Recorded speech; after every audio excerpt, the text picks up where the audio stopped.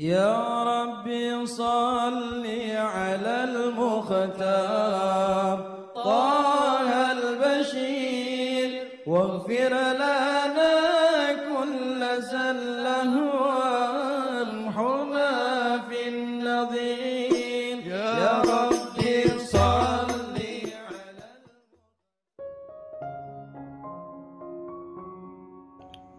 Bismillahirrahmanirrahim. Alhamdulillahirabbil alamin.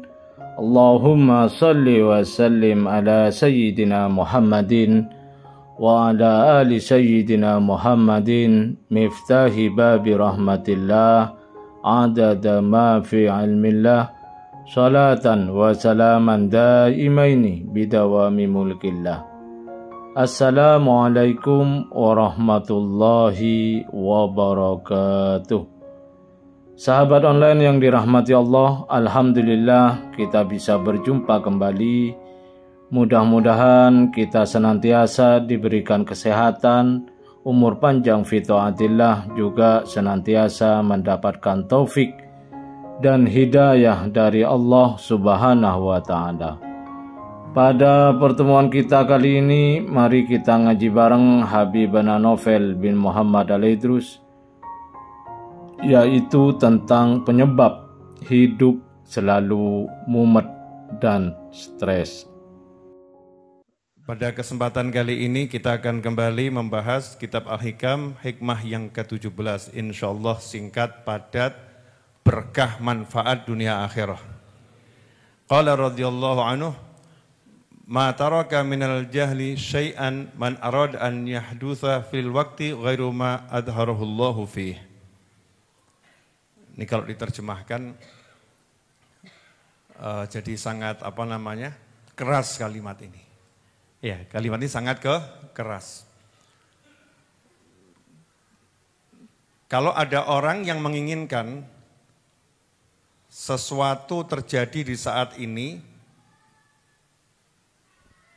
tetapi kejadiannya tidak seperti yang ditampakkan Allah pada saat ini. Jadi di saat ini dia pengen kejadiannya itu lain. Seharusnya enggak seperti ini. Seandainya tidak seperti ini, maka orang yang seperti itu mataraka minal jahli syai'a. Dia sudah mengambil semua sifat kebodohan. Ya, tidak menyisakan sama sekali yang namanya kebodohan. Jadi alias kalau diterjemahkan sangat bebas, teramat sangat bodoh seseorang yang dia saat ini menginginkan kejadian yang lain. Menginginkan kondisi yang lain. Bagaimana itu? Jadi saat ini dia sedang menjadi misalnya pegawai kantor A. Terus dia melamun dalam lamunannya, seandainya dulu saya itu melanjutkan sekolah, kan saya nggak akan jadi pegawai semacam ini. Nah, ini termasuk ciri orang-orang bodoh.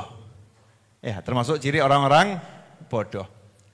Atau seandainya tadi pagi itu saya tidak berangkat kerja, saya tidak akan ketabrak motor.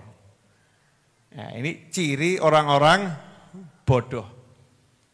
Seandainya tadi saya itu mau pergi ke pasar, saya akan ketemu di toko dengan fulan. Yang fulan itu tadi ke toko saya. Seandainya ketemu dia, barang saya pasti diborong. Gara-gara saya nggak ke pasar, ya akhirnya nggak ketemu dia, akhirnya hari ini nggak dapat uang, nyesel dia. Ini termasuk ciri orang-orang bodoh. Jadi kalau seseorang itu pengen saat ini dia mendapatkan sesuatu yang, misalnya saat ini laginya dapat uang 100.000, dia nyesel, seandainya tadi saya nggak berangkat ke Masjid Ar-Raudhah, dapat 2 juta saya.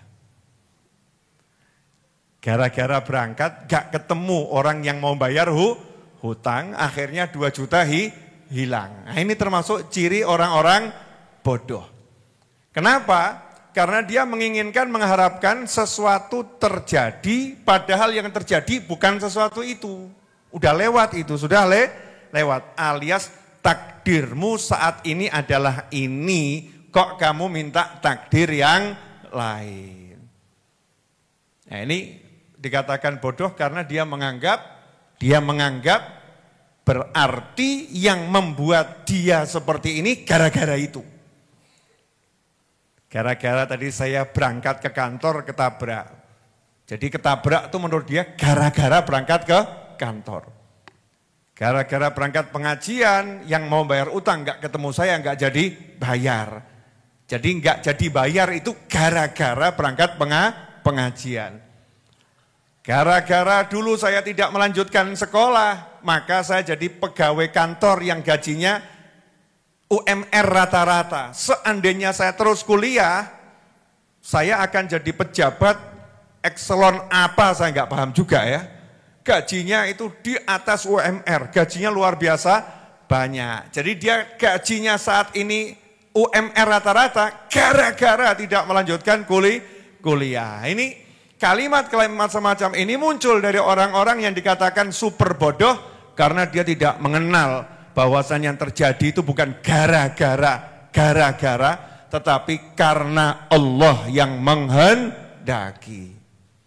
Karena Allah yang menentukan. Karena Allah yang sudah memilihkan. Tidak ada suatu peristiwa bisa terjadi kecuali atas izin dari Allah Subhanahu wa ta'ala. Jadi nggak boleh kita semacam itu. Tugas kita menjalankan syariat. Kalau saat ini diuji, ya kita harus pakai pakaian namanya sabar. Kalau saat ini mendapat nikmat, pakai pakaian yang namanya syukur. Kalau saat ini berbuat dosa, maka pakai pakaian yang namanya istighfar, minta ampun. Kemudian bertobat. Kalau saat ini taat, maka kita mensyukuri nikmat taat tersebut tanpa menyalahkan kondisi apapun. Jalankan saja syariatnya, selesai. Enak tuh? Saya hari ini kok mata melihat yang haram, ya istighfar. Jangan dikaitkan dengan dikaitkan apapun. Saya hari ini bisa sodakoh, ya alhamdulillah, syukur. Saya hari ini kok terpleset berbuat dosa, ya minta ampun. Jangan cerita-cerita, tutup aibmu. Jangan cerita, tutup aibmu. Tugas kita jadi manusia hanya itu, simple, sederhana. Ya, sesimpel itu, sesederhana itu, semudah itu. Maka kebanyakan orang stres gara-gara kebanyakan mikir dalam-dalam. Kenapa ya saya kok sampai maksiat ya? Kenapa saya ditakdirkan maksiat ya? Kok takdir saya seperti ini ya? Loh, kenapa saya kok jadi orang yang hidupnya susah ya? Kenapa takdir saya susah? Nyalakan takdir semua, takdir. Padahal syariat gak mengajarkan takdirmu ABC. Syariat mengajarkan kalau kamu sedang dalam kondisi berdosa, kamu minta ampun. Dalam kondisi berdosa, kamu tutup aib. Dalam kondisi berdosa, kamu segera amal soleh agar dosa terampuni. Dalam kondisi kamu dapat rezeki apapun itu ilmu, maka kamu berbagi. Kalau ilmu ya berbagi ilmu, harta berbagi harta, sehat ya berbagi kesehatan dengan tenaga dan lain sebagainya. Kalau kamu dalam kondisi sedih, maka kamu hibur diri dengan sesuatu yang halal, yang tidak dimurkai oleh Allah Subhanahu wa ta'ala. Maka kamu obati hati dengan banyak berzikir pada Allah Subhanahu wa ta'ala. Kalau kamu dalam kondisi kehilangan seseorang, suntuknya luar biasa, maka kamu yang ridho, terima kondisi itu, jangan berkeluh kesah, dan seterusnya. Aturan syariat jelas, gamblang. Nggak ada, kalau ada kondisi mikiro. Mikir dalam arti yang dikait-kaitkan sama takdir ya. Terus hati ini beruat, pikiran ini ruwet, berkuing jeduk-jeduk no tembok. Ya, kena gangguan. Agak goyang sedikit sampai meleset. Paham maksudnya kan? Goyang sedikit sampai meleset, dikembalikan susah. Habis itu ngelamun, saya ketemu malaikat, wah lebih hebat lagi itu. Saking melesetnya ya, sampai bilang ketemu malah malaikat. Padahal sholat jamaah tidak pernah. Loh, kita bisa ketemu malaikat, tapi kan enggak semua orang, ada syaratnya. Sholat berjamaah, bekti sama orang tua, haram ditinggalkan, yang taat dijalankan, sunnah dilakukan, ibadahnya luar biasa. Masuk dalam kelompok layak, nah itu wajar. Lawang orang tua dihajar, istri dimaki, ya anak dianiaya, hidup enggak taat, aktif maksiat, bilang ketemu malaikat. Ya mungkin malaikat azab. Ya na'udzubillah min dzalik. Nasallahu afiyah. Nah itu saya katakan singkat karena malam ini saya akan bicara yang lain. Tapi tunggu dulu, ini masih di bab ini ya. Nah ini ucapan ini disampaikan oleh Syekh Ibn Athaillah Al-Iskandari rahimahullah, di antaranya adalah karena mengajarkan apa yang disampaikan oleh Nabi Muhammad sallallahu alaihi wasallam dalam sebuah hadis riwayat Imam Tirmidzi, di mana Rasul menyatakan jika Allah mencintai suatu kaum maka Allah akan menguji mereka. Allah akan menguji mereka, ibtalahum, mereka akan diuji. Kalau mereka itu ridha, mereka rela diperlakukan Allah dengan ujian itu, falahur ridha, maka Allah pun ridha dengan mereka. Tapi kalau mereka enggak rela diperlakukan semacam itu, protes, kenapa kok saya begini, maka Allah pun murka kepada dia. Dia enggak rela, dia suhud, dia benci, maka Allah benci juga dengan dia. Ini akan kita bahas 10 menit selesai insyaallah. Ini kunci hidup biar enggak stres. Ya, kunci hidup biar enggak stres. Kenali dulu siapa Tuhanmu. Ya, siapa Tuhanmu? Siapa Tuhan saya? Siapa Tuhan kita? La ilaha illallah. Tidak ada Tuhan kecuali Allah. Kalau enggak ada Tuhan kecuali Allah, jadi jelas yang bisa hanya Allah. Yang berkuasa hanya Allah. Satu-satunya yang berkuasa hanya Allah subhanahu wa ta'ala. Biasanya kalau bab enak kita nggak ngobrolkan ini. Orang punya duit banyak, nggak bahas dia. Baru nikah, nggak bahas. Kalau udah perang baru dibahas. Ya nikah sama istri sama suami, honeymoon pergi ke langit yang biru. Ya, ada lagunya itu ya. Langit yang biru, macam-macam itu, honeymoon, nggak bahas. Tapi begitu ada pertikaian antara suami istri, urip kok kayak gini yo. Baru dibahas. Biasanya terjadi pembahasan itu ketika apa? Merasa dalam ujian. Diuji, baru dia komentar macam-macam. Karena itulah Allah SWT menjadikan ujian itu untuk memilih mana yang masuk dalam kelompok yang dicintai Allah dan mana yang masuk dalam kelompok dimurkai oleh Allah Subhanahu wa taala. Maka kalau kamu ditanya oleh seseorang, ujian ini siksa atau nikmat? Ujian ini siksa atau penghapus dosa? Ujian ini siksa azab untuk saya atau mengangkat derajat? Jawabannya sederhana. Kamu diuji ini hatimu senang atau protes? Protes, azab berarti. Kalau kamu diuji hatimu nyaman, ya sakit ya sakit, sabar ya. Tapi hatinya nyaman, Allah yang uji kok ya. Saya senang-senang saja, cuman saya minta sama Allah biar ujiannya segera diangkat. Biar dikasih solusi. Hatinya enggak gersulo, semeleh, hatinya semeleh. Maka yang semacam ini dosa diampuni, pangkat dinaikkan ya. Falahur ridha, maka dia langsung dapat pangkat yang tertinggi, diridhoi Allah. Falahur ridha. Karena itu kalau mau tahu kondisi kita di sisi Allah Subhanahu wa taala sederhana. Bu, hari ini ngeluh berapa kali?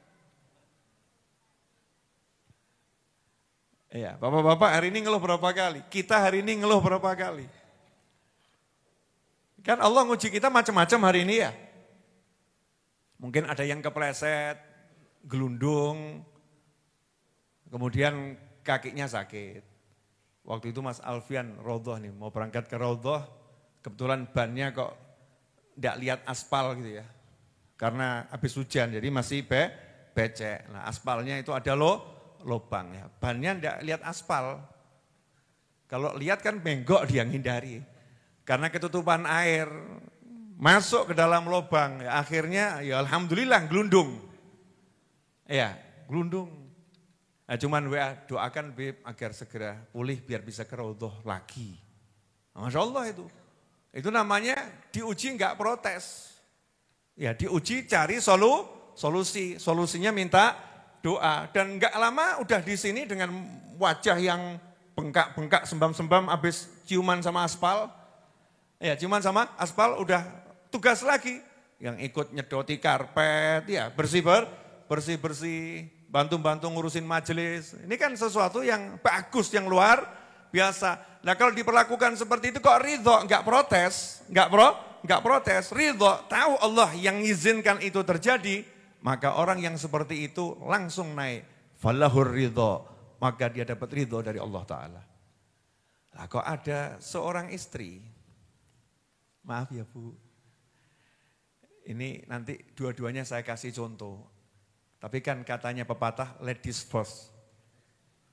Ya, wanita duluan, betul? Betul? Bu? Jadi yang kasih contoh wanita dulu atau laki dulu? Wanita, katanya wanita sepakat.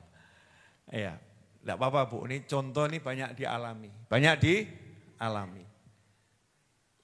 Ada seorang wanita tinggal di kos-kosan karena suaminya tidak mampu kontrakkan rumah. Jadi suaminya baru mampu ngekos dan kosnya itu di pinggiran kota mepet dengan sawah desa. Jadi belum lagi mepet sama perkampungan desa, sama sawah desa. Artinya kos yang super murah. Ya, super murah. Kondisi kosnya itu kalau begitu dibuka pintu kamarnya, Masya Allah. Sangat teramat, sangat super sederhana. Wanita ini kemudian suaminya berangkat kerja. Pulang kerja, suaminya laporan, Dik, saya dipecat dari kantor. Wanita ini kemudian ketika mendengar berita itu, ini musibah, ini ujian. Wanita itu kemudian berkata, sudah susah kok masih dibuat susah ya. Sudah susah kok masih dibuat susah. Kenapa hidup harus seperti ini? Terus naik, kenapa dulu aku nikah dengan dia? Nah, mulai lagi. Ya, kenapa dulu aku tidak menikah dengan sang mantan? Lu malah kurang ajar. Sang mantan sekarang mulai nih, sang mantan sekarang jadi direktur. Dan posisinya dia masih single, kelihatannya dia masih mencintai aku. Mulai setan masuk. Ya, setan mulai masuk. Udah enggak ridho dengan kondisinya, mulai ngikuti bisikan setan. Insya Allah perempuan seperti ini tidak ada. Amin. Tapi faktanya mungkin ada. Ya, faktanya mungkin ada. Maka wanita yang semacam ini, sudah dia susah, bukannya dapat ridho Allah, dimurkai oleh Allah Subhanahu wa ta'ala. Ngeri atau enggak ngeri? Yaitu paling enggak enaknya manusia itu udah susah di dunia, susah di akhirat. Ya itu enggak enaknya manusia. Padahal orang itu kalau di dunia susah, paham ilmunya, enggak akan susah. Nanti saya kasih contoh, boleh ya? Nah, contoh. Lanjut. Sekarang pria, kan biar adil ya. Biar adil. Sang pria pulang dari kantor, sama kasusnya dipecat. Tinggalnya itu ya sama, ya di rumah yang sama, wanitanya sama. Lapor pada istrinya, aku dipecat. Musibah atau enggak musibah? Musibah. Istrinya ngomong, dadi wong lanang ra becus. Golek duit ngono wae kok ora iso. Gorok kono dadi wedok. kalimatnya celeng, celeng, celeng. Saya mau nanya Pak, sakit atau super sakit Pak? Super sakit. Nah terus jenengan di dalam hati komentar, kok rabi mbek wedok kaya ngene ya aku mbiyen ya. Kenapa aku dulu menikahin perempuan semacam ini? Kenapa kok istri semacam ini yang mendampingi hidupku? Sudah susah, sampai rumah tambah susah. Hidup macam apa ini? Seandainya dengan si dia, Masya Allah. Sama ini mikirnya, setannya podo soalnya. Tunggal kecamatan, tunggal kelurahan. Belum ada setan dari luar kota, masih sekitar itu aja setannya. Ya objeknya ya model begitu. Seandainya aku nikah dulu dengan si dia itu anaknya Pak Yai, ya anak satu-satunya, ngelola pesantren, Masya Allah aku udah jadi sekarang ini pengelola pesantren. Wah mulai berhayal, ya mulai berhayal. Terus gak suka dengan kondisinya, urip kok kayak gini.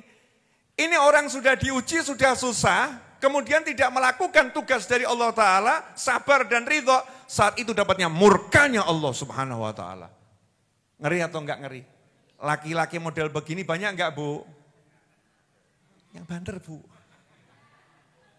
Ada ya Bu ya? Ada ya, insya Allah enggak banyak. Tapi tunggale akeh. Enggak banyak, tapi tunggale akeh. Na'udzubillah min dzalik. Nah orang yang udah kenal Allah Ta'ala lain. Pulang kantor dipecat. Ketemu suami dapat laporan, dipecat. Mesem bareng, ngakak bareng. Tonggone takok, kok do ngakak bareng piye? Lah timbang nangis bareng. Daripada nangis bersama kan lebih bagus ketawa bersama. Lah terus kenapa kalian ketawa? Lah Allah maunya begini kok. Suami udah kerja, saya ya sungguh-sungguh kerja. Kami takwa ya takwa, maksiat ya istighfar. Lah kalau Allah lagi ngasih kondisi susah begini kan tugas kami sabar. Ya daripada sabar itu enggak enak, kami pilih syukur. Kami pilih syukur. Kok iso syukur awakmu? Wes genah ora penak kok syukur. Lah kan cuman urusan enggak punya duit. Yang penting kan aku punya suami.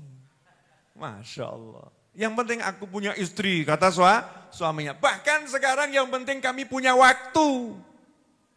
Gak punya duit 5 hari gak jadi masalah.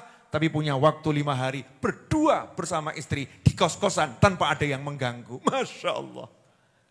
Kalau melihatnya dengan sudut pandang begini, hidup jadi indah atau enggak indah? Adem. Faman radhiya, siapa ridho dengan kondisi yang Allah beri, falahu ridho. Dia diridhoi Allah. Lah kalau udah Allah ridho, tuh nomor 1 hatinya dibuat jembar pasti. Bleng penak hatinya. Kalau Allah sudah buat ridho, tempatnya dimanapun rasanya lebih dari istana. Oh diridhoi Allah kok. Nabi Ibrahim alaihissalam dalam kobaran apinya Namrud pernah merasa tersiksa? Enggak pernah. Nabi Yusuf alaihissalam di dalam sel penjara pernah merasa tersiksa? Enggak pernah. Nabi Yusuf berada di dalam sumur yang gelap, kanak-kanak pernah merasa tersiksa? Enggak pernah.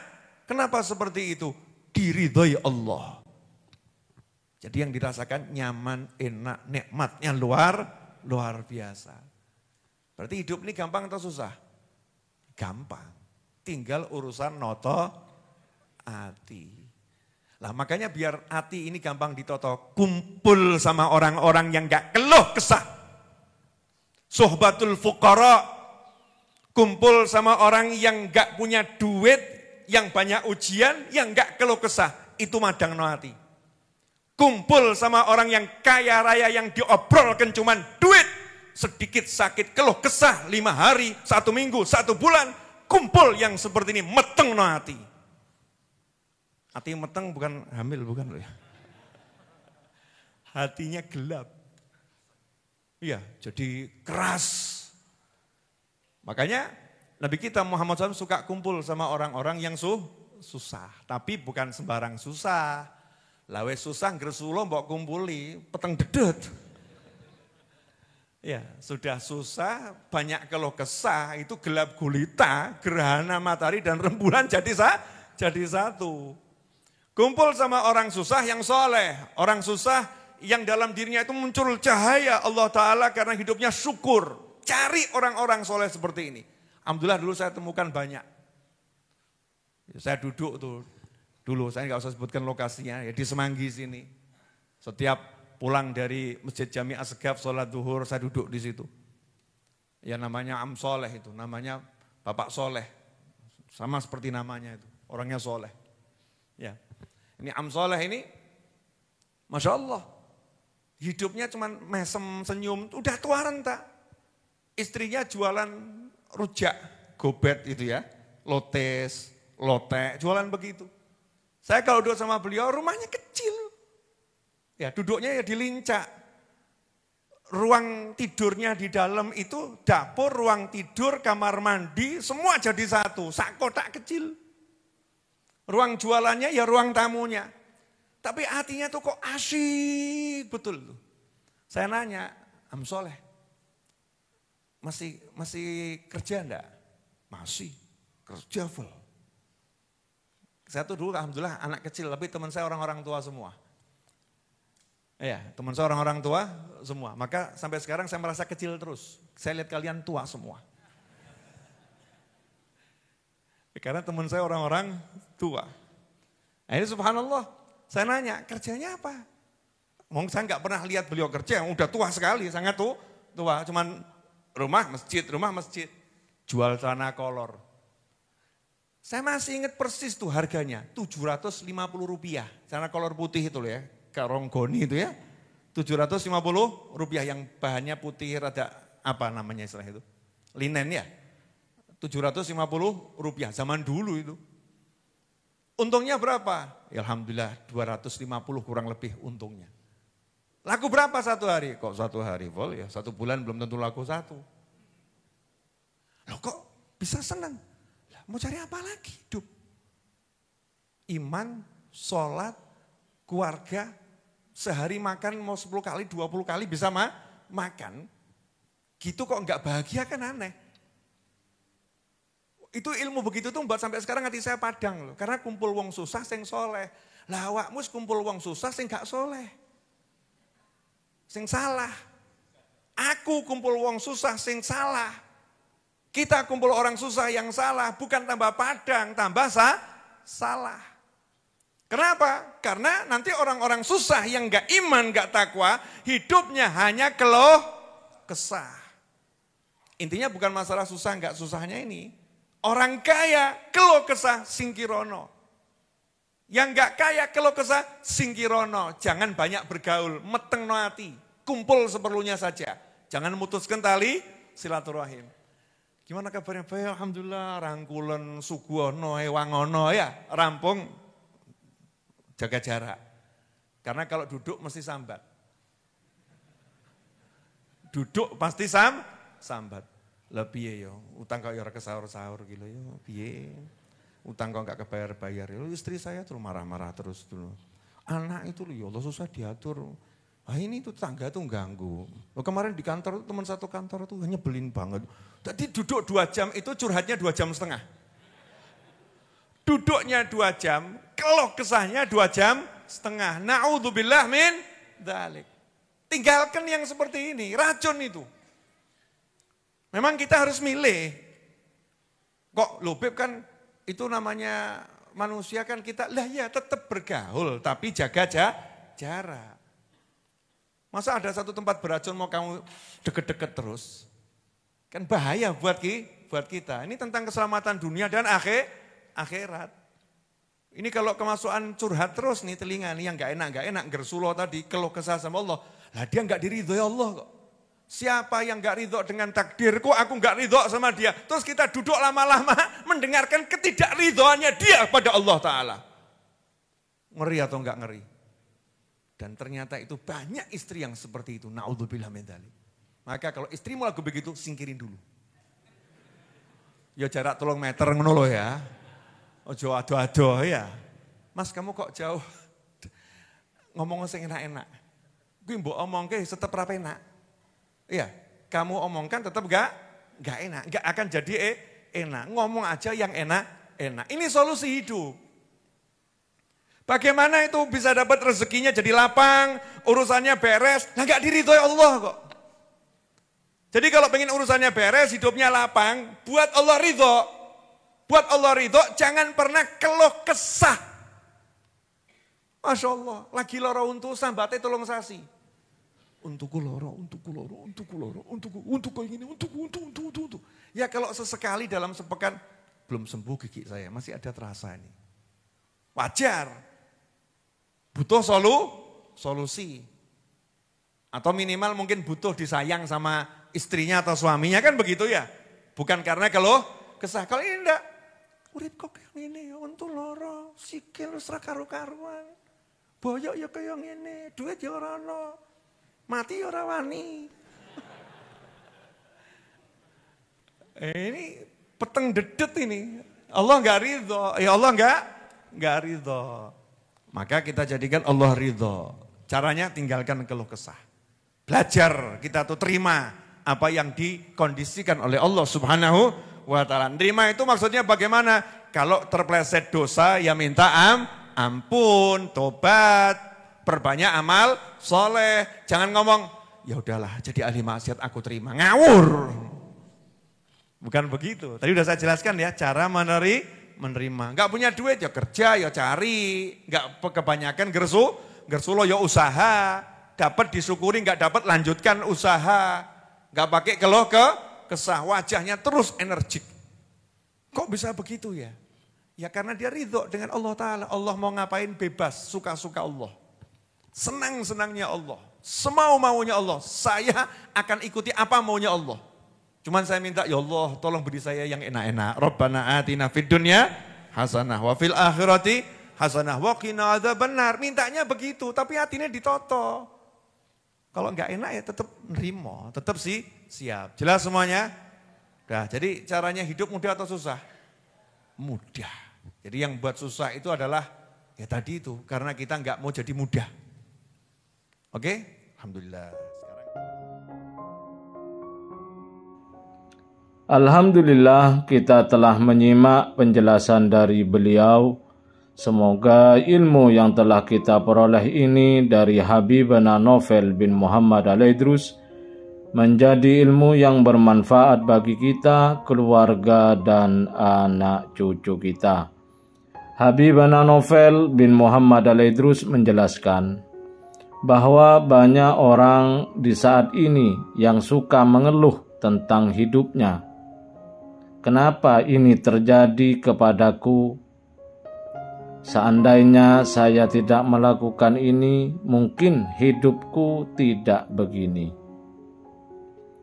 Ulama mengatakan bahwa orang yang suka mengeluh terhadap apa yang telah terjadi pada dirinya adalah orang yang super bodoh, karena berkeyakinan bahwa yang terjadi pada dirinya ada penyebab sebelumnya. Padahal semua yang terjadi atas kehendak Allah Ta'ala.